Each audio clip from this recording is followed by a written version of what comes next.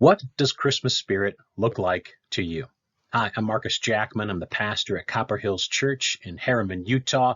If these devotions are encouraging to you, I ask you, please, would you hit the like and subscribe buttons? That helps us know that you're getting every bit of the encouragement. You don't miss any of the videos, but also lets us know how well we are serving our community here in the Salt Lake Valley and further afield. So please do hit like and subscribe.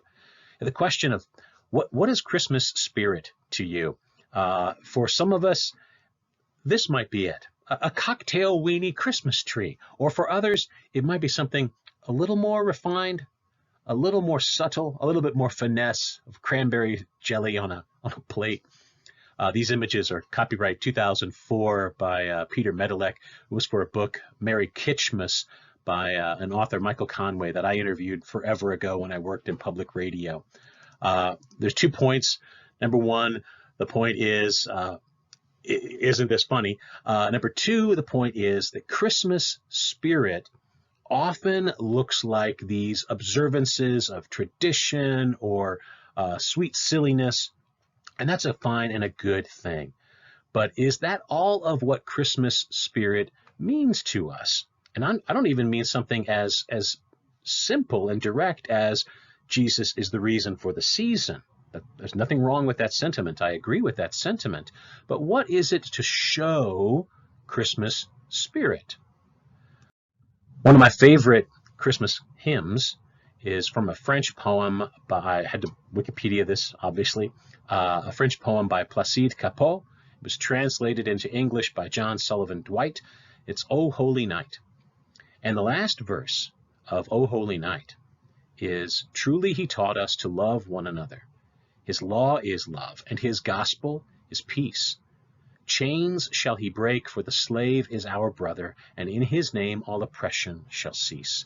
Sweet hymns of joy and grateful chorus raise we, let all within us praise his holy name. What is Christmas spirit? And I think it points out here in this verse of O Holy Night, it is more than just an outward observance or celebration. It is about the transformation that Christmas brings to us in the person of the Christ child.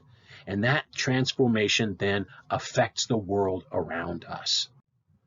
In Luke 4, it says, Jesus went to the synagogue on the Sabbath day, and he stood up to read, and the scroll of the prophet Isaiah was given to him. He unrolled the scroll and found the place where it was written, the Spirit of the Lord is upon me, because he's anointed me to proclaim good news to the poor. He has sent me to proclaim liberty to the captives, and recovering sight to the blind, to set at liberty those who are oppressed, to proclaim the year of the Lord's favor. And he rolled up the scroll and gave it back to the attendant and sat down, and the eyes of all in the synagogue were fixed on him, and he began to say to them, today this scripture has been fulfilled in your hearing. Chains shall he break, for the slave is our brother, and in his name all oppression shall cease. He has sent me to proclaim liberty to captives, set at liberty those who are oppressed. What is Christmas spirit? It's about eggnog and parties and sweaters and decorations and Christmas carols. And it's about justice. It's about the power of Christ and his kingdom coming in the flesh, and then that kingdom taking root in our hearts and changing our world, serving others, building them up, proclaiming liberty to captives, correcting oppression. This is Christmas spirit too. So I commend that to you today. I commend that book. Personally, I thought it was really funny. I commend that hymn, and I commend that quotation that Jesus opened his public ministry with from the prophet Isaiah.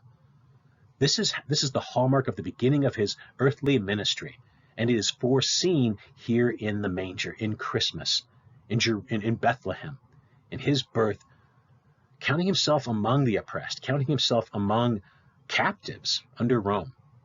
Christmas spirit is all of these wonderful, sweet things, and it is doing justice. Bless you today.